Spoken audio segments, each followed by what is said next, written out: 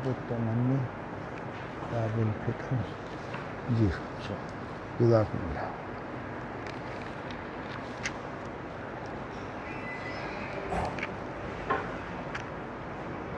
کتاب الاقراء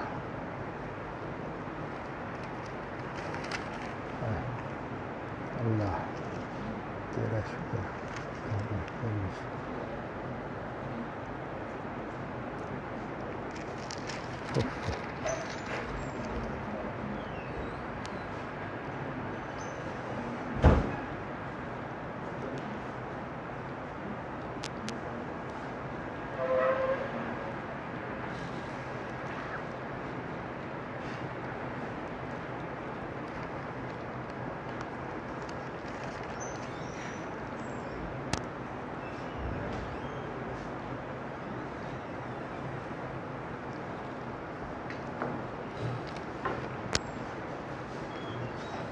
بسم اللہ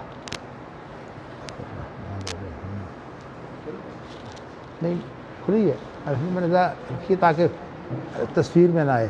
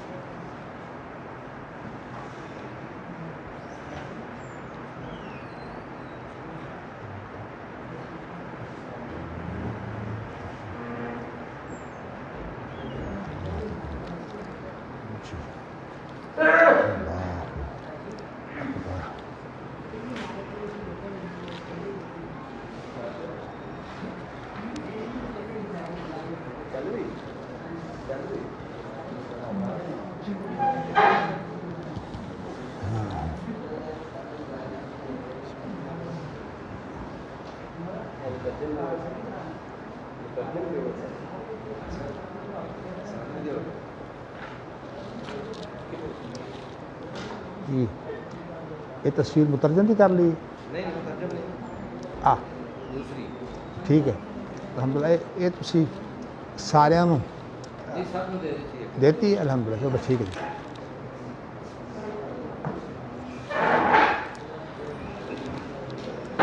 اپنی کڑی دا میرے کو رکھ دیو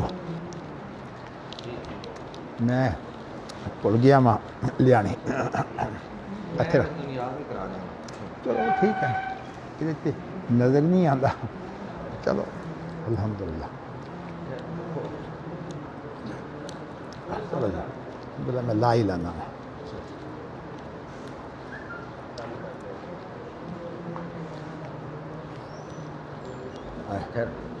جی میں آ گیا بس ہو گیا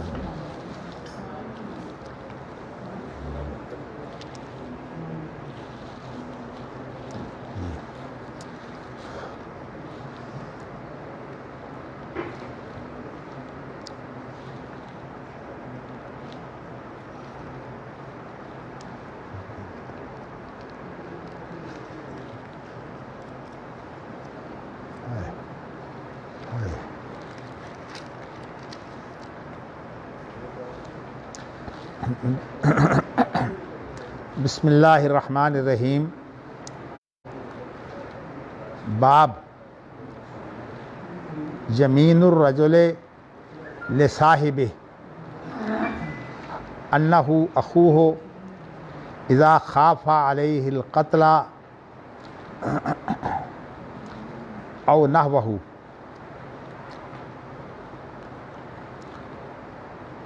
عنوان یہ ہے کہ اپنے ساتھی کے لیے ایک شخص قسم اٹھاتا ہے کہ وہ اس کا بھائی ہے اس وجہ سے کہ اس کے بارے میں وہ خوف رکھتا ہے کہ اسے قتل کر دیا جائے گا یا اس طرح کی اسے اور کوئی سزا دی جائے گی، تو وہ اس کے لیے جو ہے وہ مظلوم کو بچانے کے لیے جو ہے وہ قسم کھا کر جو ہے وہ کہے کہ صورتحال ایسی ہے.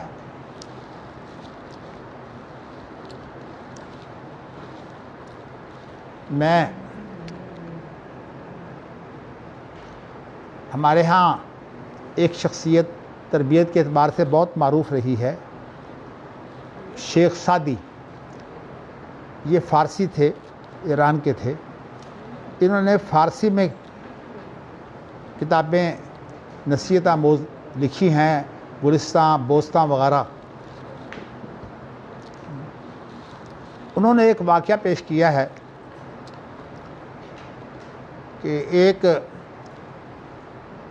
وزیر بادشاہ کے بہت قریب تھا اور دوسرا وزیر جو ہے وہ اتنا قریب نہیں تھا. ایک شخص کو جو ہے وہ بادشاہ نے پھانسی کی سزا دے دی. وہ شخص یہ سزا سن کر جو ہے بادشاہ کو برا بھلا کہنے لگا. یعنی آپ یوں سمجھیے کہ بادشاہ کو اس نے گالیاں نکالنی شروع کر دیں کہ اب میرے لیے پھانسی کا حکم تو ہو چکا ہے، میں اپنے دل کی بڑھاس تو نکال لوں. بادشاہ نے اس وزیر سے پوچھا جو بادشاہ کے ساتھ زیادہ قریب تھا کہ یہ کیا کہہ رہا ہے، میں تو اس کی زبان نہیں سمجھتا. اس نے کہا جی یہ آپ کو گالیاں نکال رہا ہے. تو جو دوسرا وزیر تھا اس نے کہا نہیں بادشاہ سلامت، یہ تو اصل میں آپ کی تعریف کر رہا ہے. اس وزیر نے کہا جی بادشاہ سلامت یہ جھوٹا ہے، یہ جھوٹ بول رہا ہے. بادشاہ سمجھدار تھا، اس نے کہا کہ اصل بات یہ ہے کہ تیرا سچ جو ہے اس کے مقابلے میں اس کا جھوٹ اچھا ہے، اس لیے کہ یہ تو کسی جان کو بچانے کے لیے جھوٹ بول رہا ہے، اور تو جو ہے وہ اگرچہ سچ بول رہا ہے لیکن اس وقت تیرا سچ جو ہے وہ فائدے مند نہیں، نقصان دہ ہے. یعنی بادشاہ کو یہ بات سمجھ آئی کہ اس نے تو جو اپنی بات کرنی تھی وہ کر رہا ہے، یہ جو شخص ہے جس نے جھوٹ بولا ہے یہ بہتر ہے کیونکہ اس نے اس کی جان بچانے کے لیے جھوٹ بولا ہے.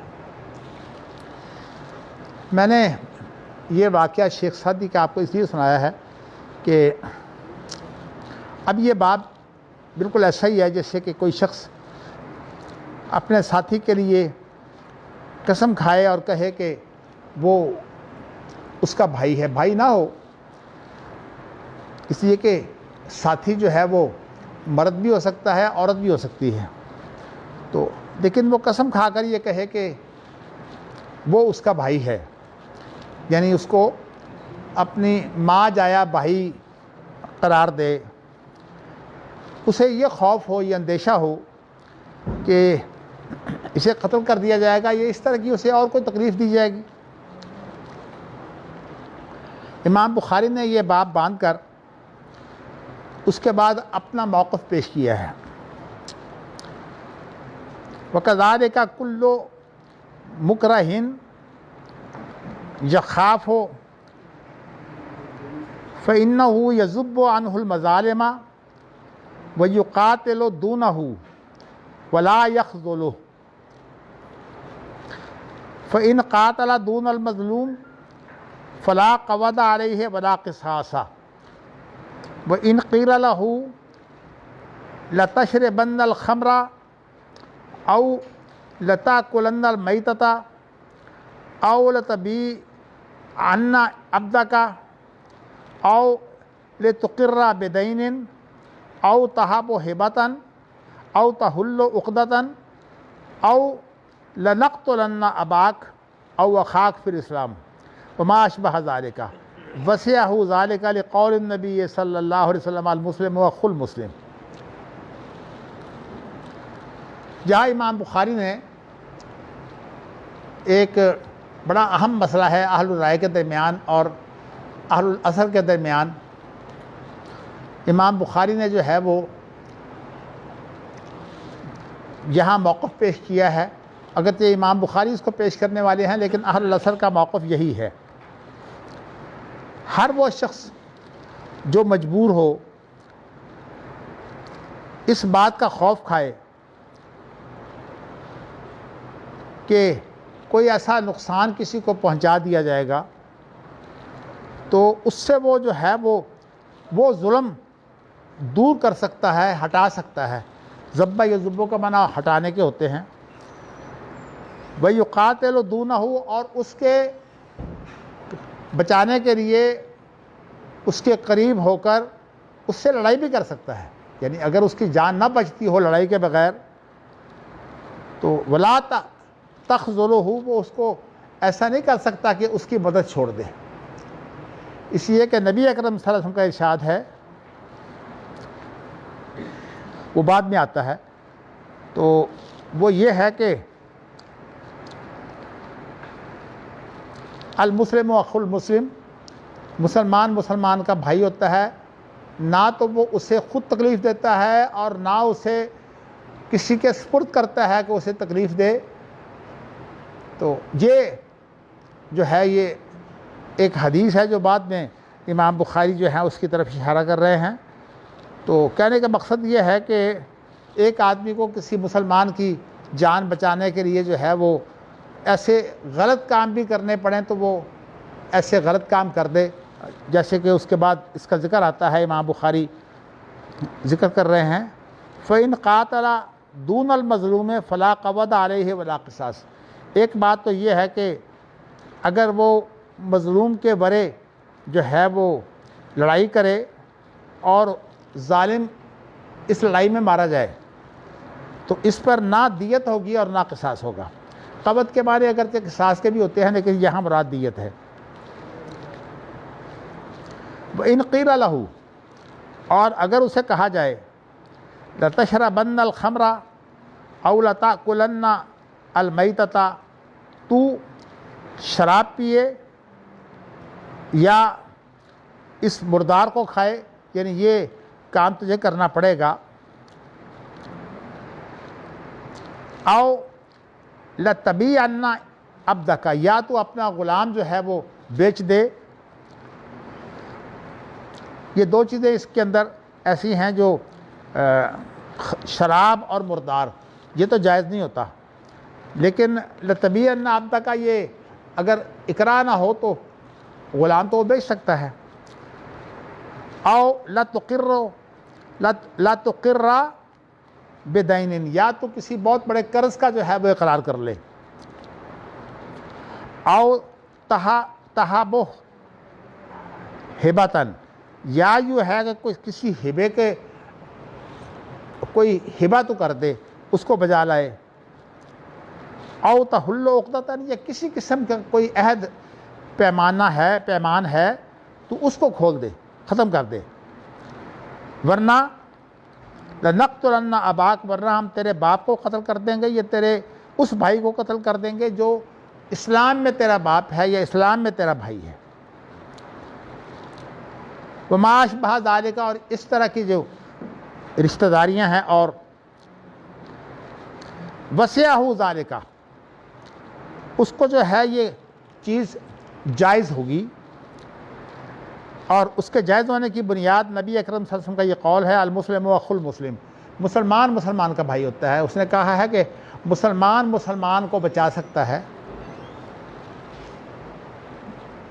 مسئلے تو اختلافی ہیں، لیکن میں جو امام بخاری کا موقف ہے اس کی پوری تائید کرتا ہوں۔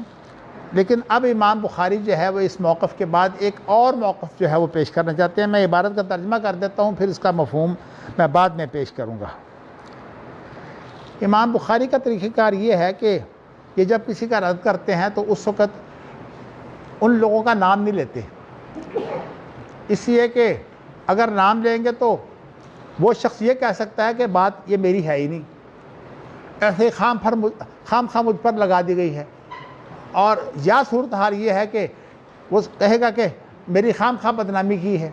تو اس لیے عام طور پر امام بخاری جب کسی کا رد کرتے ہیں تو نام نہیں لیتے۔ بعض لوگوں کی رائے ہے، ان کا مقصد یہ ہے کہ میں اپنی بات کہنا چاہتا ہوں، اور جس شخص کی یہ بات ہے میں اس لیے ذکر کرنا چاہتا ہوں کہ اگر آپ کے سامنے یہ بات آئے تو آپ کو پتہ ہو کہ یہ بات غلط ہے۔ یہ کام جو ہے یہ اصل میں احقاق حق ہے کہ حق کو ظاہر کرنا اور ابطال باطل ہے، باطل کو جو ہے وہ باطل کرنا۔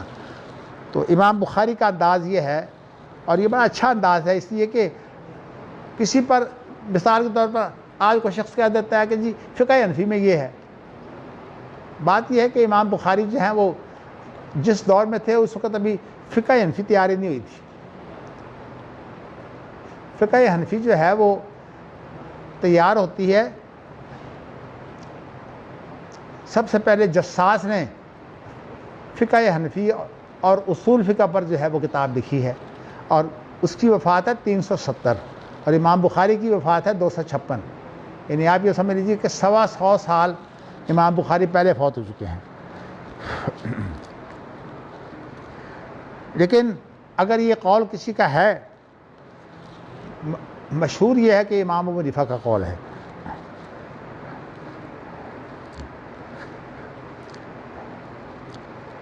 قال بعض الناس، بعض لوگوں کا یہ کہنا ہے، لو قیل لہ، اگر اسے یہ کہا جائے کہ تو شراب پیے گا یا مردار کھائے گا۔ آپ کو یہ علم ہے کہ شراب اور مردار جو ہیں یہ ناجائز ہیں، لیکن جو شخص مضطر ہو اس کے لیے جائز ہیں۔ او لنقتلن ابنک، اگر تو نہیں پیے گا، مردار نہیں کھائے گا، تو ہم تیرے بیٹے کو قتل کر دیں گے، یا تیرے باپ کو قتل کر دیں گے، یا تیرے محرم رشتہ دار کو قتل کر دیں گے۔ امام ابو حنیفہ نے ذا رحم محرم یہ بات کیوں کہی ہے؟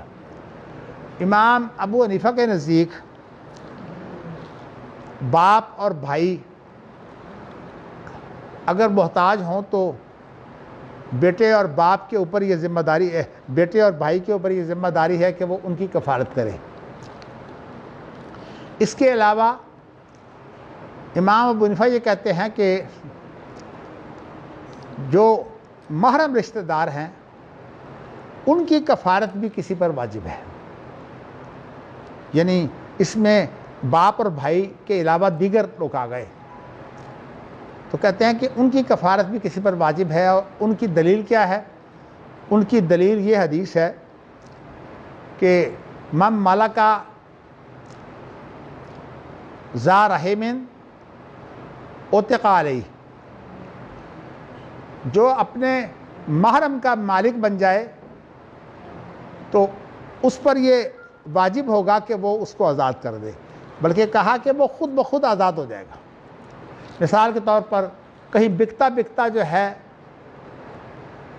باپ یا بھائی آ گیا تو وہ کہتے ہیں کہ وہ آزاد ہو جائے گا، اس لیے کہ اس کی کفارت اس کے ذمہ تھی، اور جب کفارت اس کے ذمہ تھی تو اس کی جو کمی ہے غلام ہونے کی وہ دور کرنا اس کے اوپر فرض ہے۔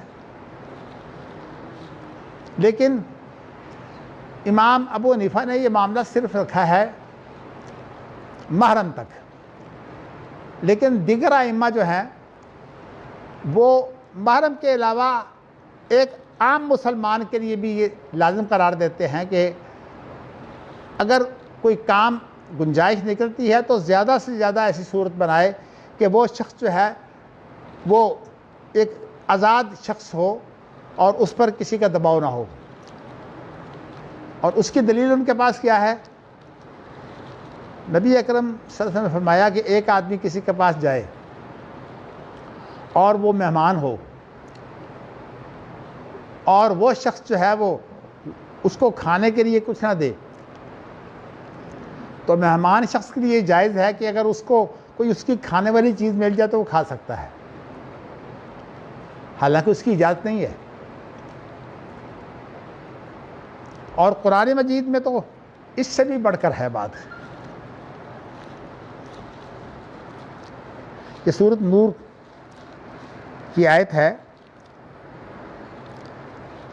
لیس علی الاعمی حرج ولا علی الاعرج حرج ولا علی المریض حرج ولا علی انفسکم ان تأکلوا من بیوتکم او بیوت آبائکم او بیوت امہاتکم او بیوت اخوانکم او بیوت اخواتکم او بیوت اعمامکم او بیوت عماتکم او بیوت اخوالکم او بیوت خالاتکم او ما ملکتم مفاتحہ او صدیقکم لیس علیکم جناح ان تاکلوا جمیعا او اشتاتا فَإِذَا دَخَلْتُمْ بُيُوتًا فَسَلِّمُوا عَلَىٰ أَنفُسِكُمْ تَحِيَّةً مِّنْ عِندِ اللَّهِ مُبَارَكَةً طَيِّبَةً كَذَٰلِكَ يُبَيِّنُ اللَّهُ لَكُمُ الْآيَاتِ لَعَلَّكُمْ تَعْقِلُونَ۔ یہ سورۃ نور کی آیت ہے۔ اس کا خلاصہ یہ ہے کہ اگر کوئی شخص جو ہے وہ لنگڑا ہو، نابینا ہو یا بیمار ہو،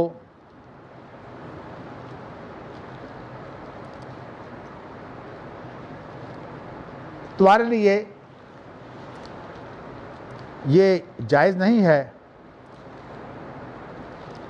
کہ اس کو تم روکو۔ ایک تو اس کی کفارت کرنی جو ہے وہ ہمارے اوپر ضروری ہے، اور دوسری بات یہ ہے کہ اس کے لیے جائز ہے کہ چھوٹی موٹی چیز جو انسان عام طور پر محفوظ نہیں رکھتا، اس کو جائز ہے کہ وہ کسی رشتہ دار کے گھر سے جو ہے وہ کھا سکتا ہے، لیکن صرف رشتہ دار نہیں بلکہ دوست کے گھر سے بھی کھا سکتا ہے، جہاں پتہ ہو کہ دوست برا نہیں منائے گا۔ تو اس کا ولا علی انفسکم، اور اگر یہ تمہاری اپنی جانوں کا معاملہ ہو تو اس کے لیے بھی گنجائش ہے کہ تم جو ہے وہ ان کے گھر سے کھاؤ، او بیوت آبائکم، یا ان کے باپوں کے گھر سے کھاؤ، یا ان کی ماؤں کے گھر سے کھاؤ، یا ان کے بھائیوں کے گھر سے کھاؤ، یا ان کی بہنوں کے گھر سے کھاؤ، یا ان کے چچاؤں کے گھر سے کھاؤ، یا ان کی پھپھیوں کے گھر سے کھاؤ، یا ان کے ماموں کے گھر سے کھاؤ، یا ان کی خالاؤں کے گھر سے کھاؤ، یا لونڈی غلام جو ہیں ان کے گھر سے کھاؤ، او صدیقکم، یا اپنے کسی دوست کے گھر سے کھاؤ۔ یعنی یہ تمام جو ہیں ان کے گھر سے کچھ کھانا جو ہے وہ جائز کر دیا گیا ہے، لیکن ایسا کھانا جو اسپیشل ذخیرہ نہیں کیا جاتا، استعمال کے لیے کھانا ہوتا ہے، تو یہ لوگ جو ہیں وہ ایسے کھانے کو کھا سکتے ہیں۔ بڑا اہم مسئلہ ہے، تو قرآن مجید کی آیت ہے۔ تو باقی جو مسئلہ ہے وہ کھانے پینے سے متعلق نہیں ہے، اس لیے میں نے آپ کو نہیں بتایا۔ تو امام احمد بن حنبل نے اس حدیث سے جو ہے وہ اس کو تائید دی ہے۔ یہ آیت ان کی تائیدی ہے کہ یہاں دوست جو ہے وہ صرف ایک ساتھی ہونے کی حیثیت سے جو ہے وہ اس کا کھانا کھا رہا ہے، حالانکہ دوست کی کفارت تو اس کے ذمہ واجب نہیں ہے، لیکن ویسے چھوٹی موٹی ضرورت جو ہے یہ دوست کو حق ہے کہ وہ کھا لے۔ بالکل ایسے ہی ہے جیسے کہ آپ ایک دوست کے باغ سے گزر رہے ہیں اور آپ ایسا کرتے ہیں کہ وہاں کوئی کھجوریں گری ہوئی ہیں، تو آپ وہ کھجوریں جو ہیں وہ کھا لیں، آپ کے لیے یہ کھجوریں کھانی جو ہیں وہ ناجائز نہیں ہیں۔ تو یہ احادیث کے اندر یہ مسئلہ جو ہے واضح ہے۔ تو امام بخاری نے جو ہے اس کی بنیاد بتائی ہے۔ اصل میں بات یہ ہے کہ امام بخاری جو ہے وہ حدیثوں کو اس طرح نہیں لانا چاہتے کہ امام بخاری کی شرط پر نہ ہوں، لیکن امام بخاری ایک سب سے اعلیٰ قسم کی حدیث لے آتے ہیں جو جامع قسم کی ہوتی ہے، اور اس سے جو ہے وہ مسائل نکالتے ہیں۔ تو یہاں بھی امام بخاری نے جو ہے وہ اعلیٰ قسم کی حدیث جو ہے وہ پیش کر دی ہے۔ لیکن اس سے پہلے کہ میں آپ کو وہ بتاؤں، دراصل امام ابو حنیفہ رحمۃ اللہ علیہ کی جو بات ہے میں چاہتا ہوں یہ آپ کے سامنے کھول دی جائے، بلکہ میں کہتا ہوں کہ ہم امام ابو حنیفہ کا نام نہ لیں تو بہتر یہ ہے کہ آپ جو ہیں وہ اہل الرائے کی صورت میں جو ہے یہ بات پیش کریں، اور وہ یہ ہے کہ آپ جو ہے وہ محرم رشتہ دار پر واجب ہوتی ہے، تو لم یسعہ، اس کی گنجائش اسے نہیں دے رہے ہیں امام ابو حنیفہ کہ ان کے بارے میں کوئی جو ہے وہ زبردستی کرے اور انسان جو ہے وہ اس زبردستی کی صورت میں جو ہے وہ حرام کھا کر جو ہے ان کی جان بچائے، کیونکہ ان کی کفارت جو ہے وہ امام ابو حنیفہ کے نزدیک جو ہے واجب ہے۔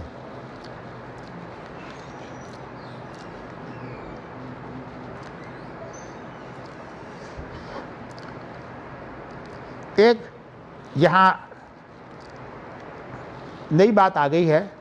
ویسے امام بخاری کی یہ جو گفتگو ہے نا، اس کے اندر کچھ اشکالات ہیں، لیکن میں اس وقت ان اشکالات کو پیش کر کے بات کو لمبا نہیں کرنا چاہتا. ایک اور مسئلہ یہاں پیدا ہوا ہے کہ انسان کے اپنے علاوہ اگر کوئی دوسرا مستر ہو تو کیا انسان جو ہے اس انسان کے لیے یہ جائز ہوگا کہ وہ جو ہے وہ شراب پیے یا بردار کھائے؟ مستر پھر جو مستر ہے اس کے لیے تو ہے، لیکن جو آدمی مستر نہیں ہے اس کے لیے تو پھر شراب اور جو ہے وہ اس طرح یہ چیز جائز نہیں ہے. تو میں آپ کو ویسے پہلے بتا دیتا ہوں تاکہ آپ کے لیے عبارت سمجھنی آسان ہو جائے.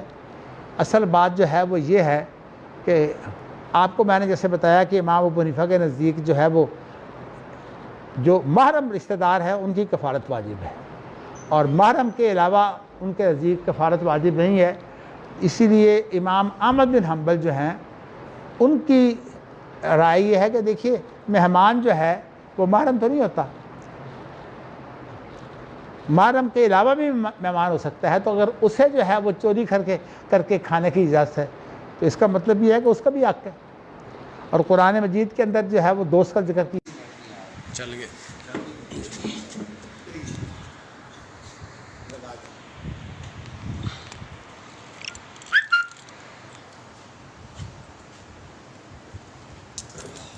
اب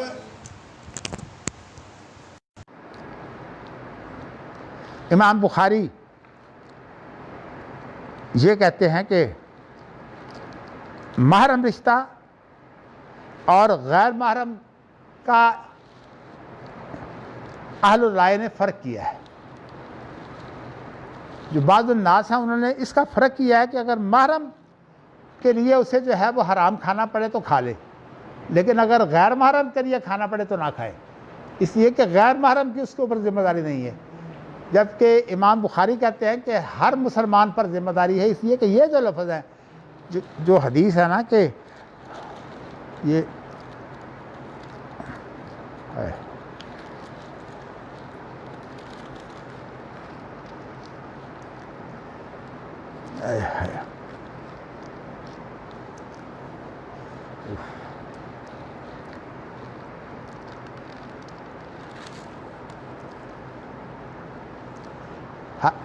بعد میں حدیث آ رہی ہے، میں انشاءاللہ یہ مسئلہ اس وقت واضح کر دوں گا. یہی حدیث ہے جو میں آپ کو بتانا چاہتا ہوں، تو بعد میں وہی حدیث موجود ہے.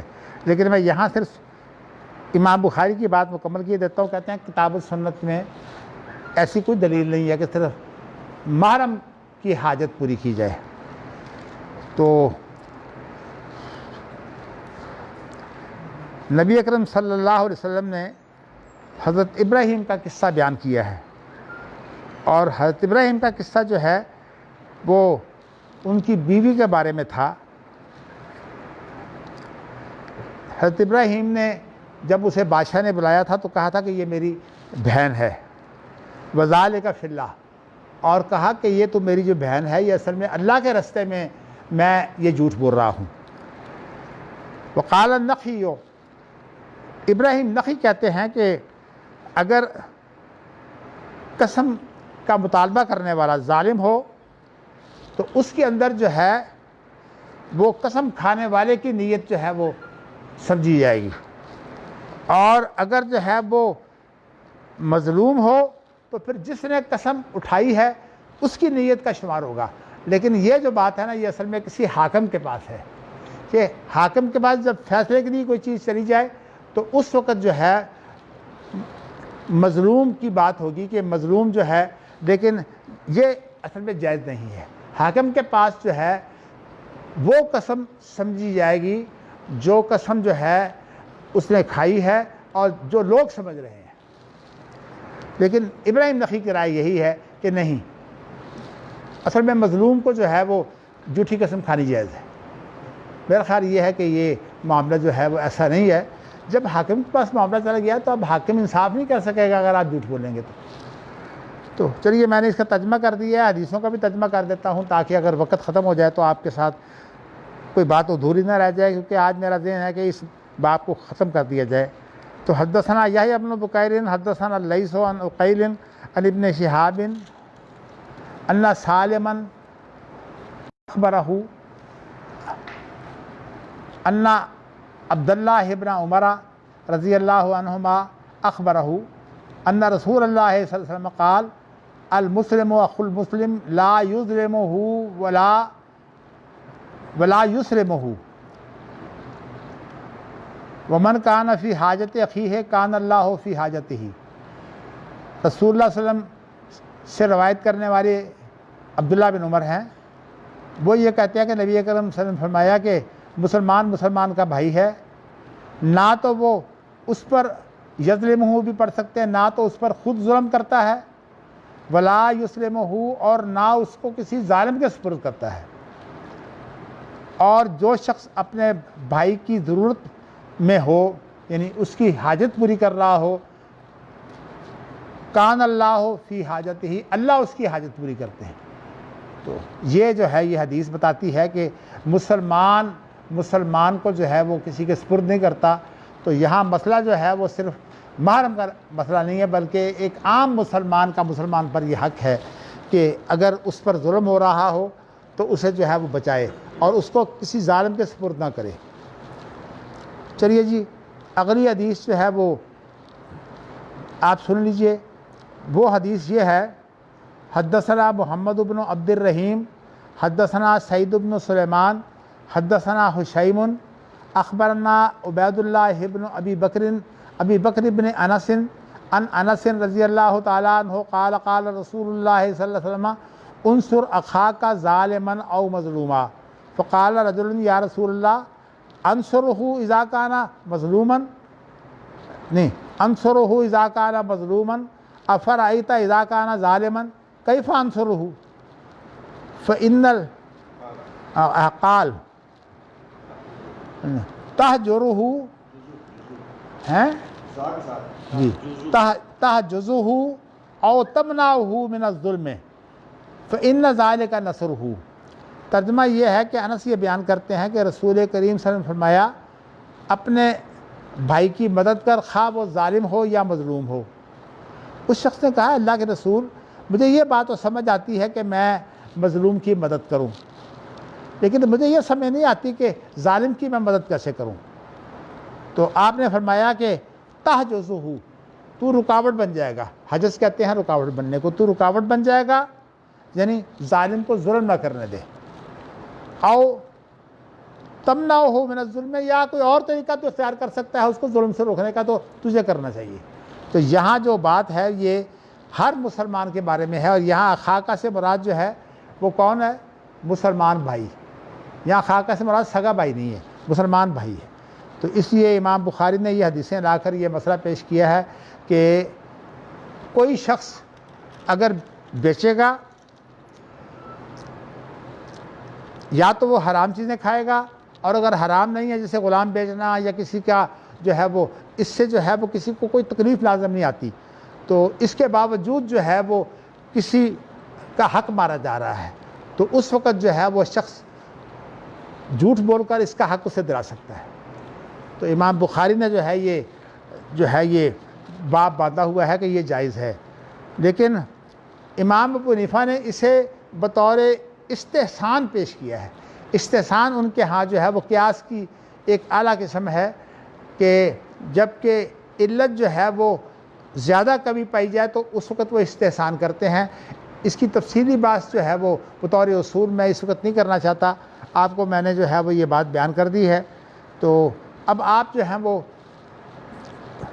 کوئی سوال کرنا چاہتے ہیں تو کر لیں، کیونکہ میں نے جو ہے موٹی موٹی چیزیں آپ کو بیان کر دی ہیں۔ تو جی، اگر کسی شخص پہ جادو ہوا ہو، جی، لیکن جادو ایسا نہیں ہے کہ وہ اس کے اوپر جنون کی شکل ہوتی ہے، اور وہ اپنی بیوی کو ایک نہیں 10 دفعہ طلاق دے دیتا ہے مختلف مواقع پر، جی، اس کا پھر کیا ہوگا؟ اصل میں جادو اگر ہوا ہو تو اس کی طلاق واقع نہیں ہوتی، اس لیے کہ جادو کے وقت جو ہے وہ انسان کو جو ہے وہ اب جبر ہو جاتا ہے. دیکھیں نبی اکرم صلی اللہ علیہ وسلم جو ہیں جب ان کو جادو ہوا ہے تو آپ جو ہیں وہ کسی بیوی کے پاس جاتے تھے, آپ کو وہ بھی یاد نہیں رہتا تھا. تو اس لیے اگرچہ وحی کے اندر جو ہے وہ جادو جو ہے وہ دخل نہیں دے سکتا, لیکن ویسے غیر وحی کے بارے متعلق تو نبی اکرم صلی اللہ علیہ وسلم کا جادو جو ہے وہ ہو گیا ہے. اس لیے جادو جب ہوتا ہے تو اس کو جنات کی کارروائی ہوتی ہے. اگر وہ زیادہ مؤثر ہوں تو پھر تو داخل ہو جاتے ہیں اس مریض کے اندر, اور اگر اتنے مؤثر نہ ہو تو اس کو ویسے ہی سر پکڑ کر ہلاتے رہتے ہیں. اور کبھی ایسا ہوتا ہے کہ پتہ ہی نہیں ہوتا اور وہ اس کے اندر جو ہے وہ داخل ہو جاتا ہے. تو اصل میں ان چیزوں کو پہچاننے کے لیے باقاعدہ جو لوگ معالج ہوتے ہیں جادو کے, ان کو پتہ لگتا ہے, عام شخص کو پتہ نہیں لگتا. تو میں نے یہ بتایا ہے کہ جادو کی صورت میں جو ہے وہ گنجائش ہے. جی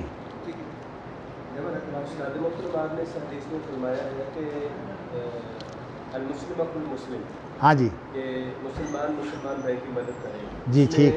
سگا بھائی جو ہے نا وہ شامل نہیں ہے, عام نہیں وہ بھی شامل ہے. جب وہ عام آئے گا تو پھر بلولا سگا بھائی تو آ جائے گا. نہیں دیکھیں بات اور ہے, سگے بھائی کی کفارت واجب ہے تو اس لیے وہ تو کفارت کی وجہ سے جو ہے وہ دے لے گا, لیکن جو دوسرا مسلمان ہے اس کی حاجت پوری کرنی جو ہے وہ بھی بڑی اہم ہے. اسی لیے حدیث کے اندر یہ جو الفاظ ہے نا کہ کوئی شخص جو ہے وہ اپنے بھائی کی حاجت میں چلے, یہاں بھائی سے مراد جو ہے وہ سارے مسلمان ہیں, تو اسے جو ہے وہ اللہ اس کی ضرورت پوری کر دیتے ہیں. میں نے ویسے زندگی میں ایسے کام کیے ہیں اور اللہ کا شکر ہے کہ میرے کام جو ہیں وہ اللہ نے درست کر دیے. اللہ کا بڑا شکر ہے کہ مجھے ان حالات سے گزرنا پڑا. جی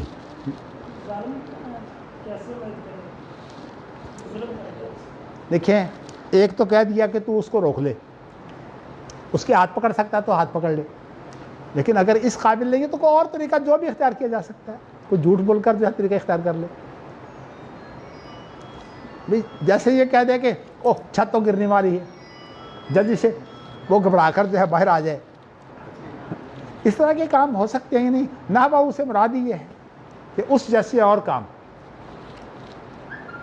اس کا مطلب یہ نہیں ہو سکتا کہ اگر ظالم کوئی کسی مظلوم پہ ظلم کرنے لگا ہے جی تو مظلوم پہ تو ظلم ہو رہا ہے جی, اب ظالم جو ظلم کر رہا ہے اس ظلم کی وجہ سے ہو سکتا ہے کہ وہ بھی کسی ایسے خطرے میں ہو کہ اس کو بچانے کے لیے مثلا فرض کریں کسی کو وہ قتل کرنے لگا ہے کلہاڑی کے ساتھ یا کسی آلے کے ساتھ یا رائفل کے ساتھ, تو اس کی مدد یہ ہے کہ اس کو ظالم کو پکڑ لیا جائے کہ آپ یہ کام نہ کریں, اس کے کرنے کی وجہ سے آپ بھی جان سکتے ہیں.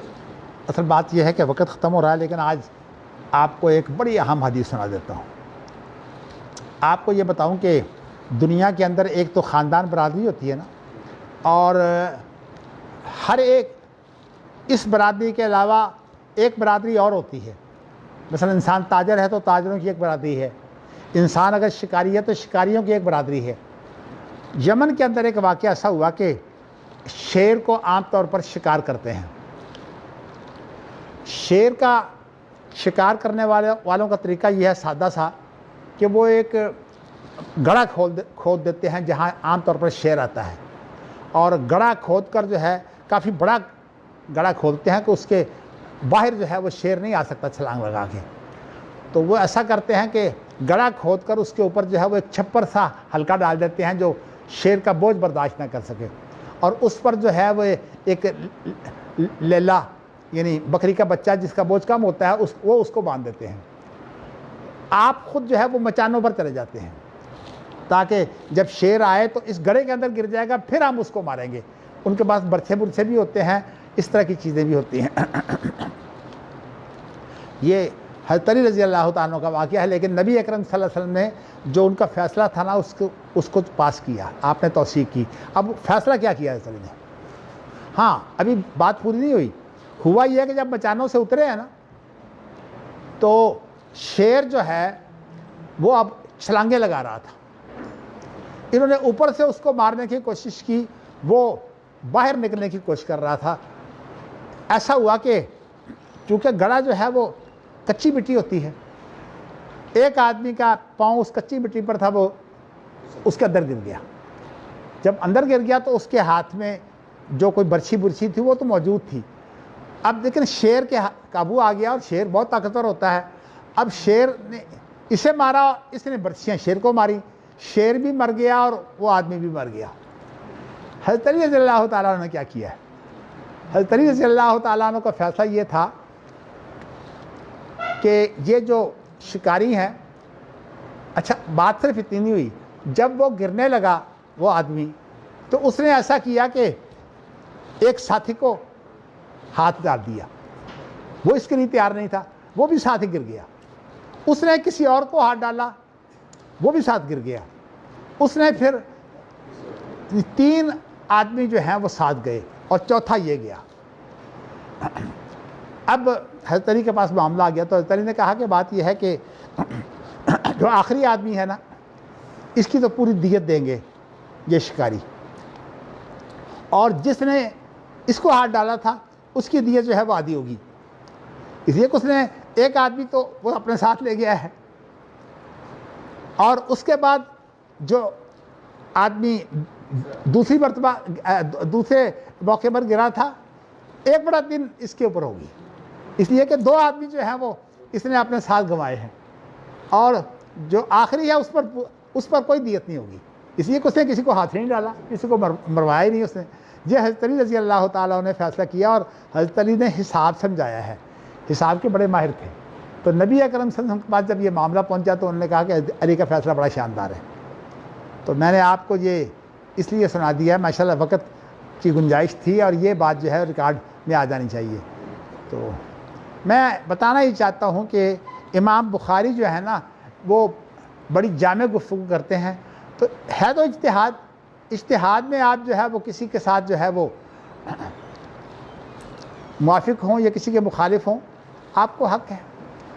تو لیکن میں نے آپ کو بتایا ہے کہ جو اہل رائے ہیں وہ اجتہاد سے جو رائے نتیجتاً ہوتی ہے, پھر اس کے اندر جو ہے وہ کئی قسم کی باتیں کرتے ہیں, جیسے قیاساً تو یہ لازم ہے, استحساناً یہ لازم نہیں ہے. اس طرح کی باتیں جو ہیں یہ سب جو ہے یہ اہل رائے کی باتیں ہیں. امام بخاری جو ہے وہ سیدھی سی بات کرتے ہیں کہ بھئی جب حدیث میں آ گیا مسلمان کا بھائی ہے, اور جب وہ اس کی مدد کرے گا تو اللہ اس کی مدد کریں گے, اسے جو ہے دنیا کے کام بھی ہو جائیں گے اس کے, اور اس کا جو ہے وہ بھائی کی مدد بھی ہو گئی کہ وہ بھی ایک مصیبت سے چھوٹ گیا. تو اس طرح سے بھائی کی مدد کرنی چاہیے. چلیے جی, اللہ آپ کو خوش رکھے. ماشاءاللہ. اب آپ کو جو ہے وہ مل گئی ہے نا